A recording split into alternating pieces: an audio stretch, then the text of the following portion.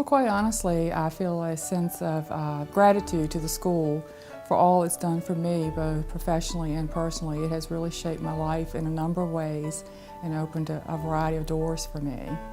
It was 1984, and at that point I had been out of law school probably 13 years or so, and I was doing pretty well in my practice, and I attributed that to my education at the law school.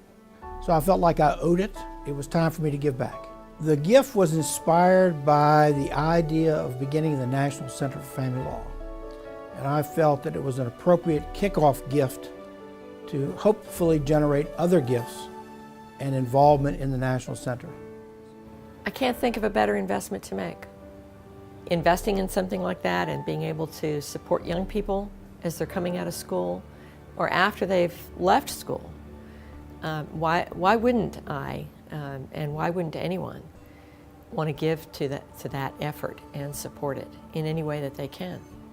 Because I know that I can never pay back what I got here. You can't repay what you owe. And anybody who thinks they can are crazy. Giving back to something that's given so much to you, like I know my experience here was invaluable in so many ways.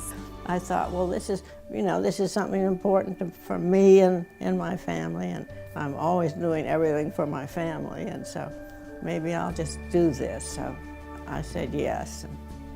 The University of Richmond did a lot for me in providing me an opportunity to earn a degree. With our scholarship, we would like to provide an opportunity for somebody to come here and earn a degree that's meaningful.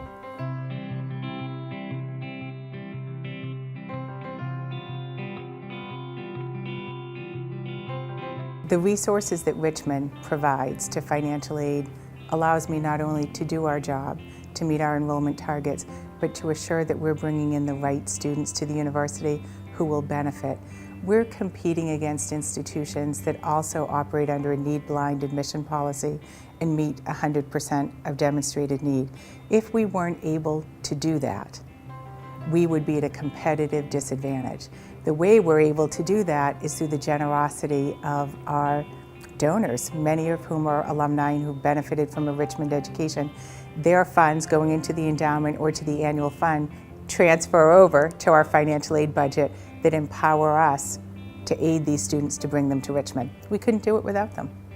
Our fundraising efforts are completely based on the Richmond Promise, and one of the main elements of that is financial aid. And what we need to do is continue to raise money for scholarships. We really need to make it that the University of Richmond is accessible to everybody regardless of their ability to pay. But the only way we can do that is if people continue to make gifts towards scholarships. And that's probably the most important thing in the Richmond Promise right now, is providing a Richmond education for students that wouldn't necessarily be able to afford it on their own. I could not have attended the University of Richmond without scholarships. My support of the university is clearly because I appreciate what I receive and want to help enable the University of Richmond to provide financial assistance to those who need it so they too can come to this fine university. There are a lot of people who deserve an education that cannot afford it. And I think it's so important now the University of Richmond says, look, if you don't have the money but you have the brains, come on. And I think that's good. But I think it sort of set a precedent for a lot of other areas, private schools who are seeing the validity of setting up a scholarship, a financial aid package. We kept close contact with our scholarship student the whole 4 years. She graduated this past year, and she said, I just want you all to all know, we all got kind of teary, I want you all to know how much she appreciated this, and she said, I really want to make you all proud. Oh, it's very rewarding to know these young people. The students make you feel special, but it's also rewarding to see what they do. I've helped several, and they've been very appreciative and become friends, and that's nice. We've kept in contact.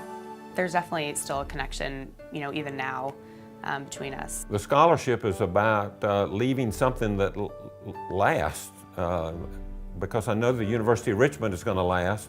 I would like to see that our gift last in perpetuity to provide for students over the years. There are many young people out there who would like to receive an education who don't have the means. The scholarship will be beneficial to someone who would qualify for that.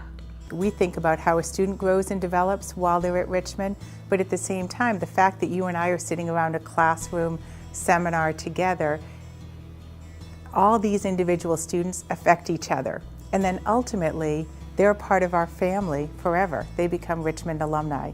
So the investment in that student when they're 17 and that promise and potential transforms an undergraduate experience and then for decades on. I mean, to me, it's the best investment that you can make is in the potential of a young person. I think it's transformative. I want to give back as it has given to me. As I said earlier, it's opened many doors. It's made me a whole person. And it's just a small token of my appreciation for what it's done for me. As we are a private organization, the only way we can get money is from the gifts that our alumni and friends, and luckily we've had many friends who will assist us. Really, it's up to us to keep this place going. You want to say, get on board. Get on board and do something meaningful for a place that did something meaningful in your life, that was affording you the opportunity to earn a quality degree.